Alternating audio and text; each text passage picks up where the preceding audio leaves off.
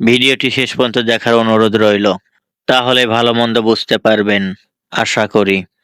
তফসিল ঘোষণা হয়ে যাওয়ার পরে আমরা যারা নির্বাচনে অংশগ্রহণ করতে চাই, আমরা আশা করব সকল প্রার্থীরাই এক টেবিলে বসবেন, একসাথে বসে তার নিজস্ব এজেন্ডা পেশ করবেন।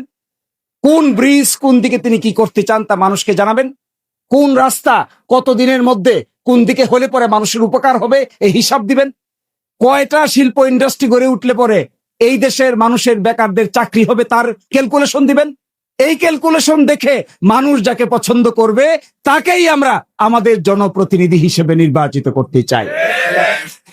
এই নতুন নজির ইনশাল্লাহ আমি প্ল্যান করছি, স্টার্ট করব, যেন দিরাই সাল্লার মানুষের এই নজির দেখে বাংলাদেশের রাজনীতিতে একটা কথাগুলো আপনার কেমন লেগেছে সূচনা হয়। মতামত জানাতে ভুলবেন আমি আপনাদেরকে এবং ভালো লাগলে অবশ্যই শেয়ার করে অন্যকে দেখার সুযোগ করে দেবেন।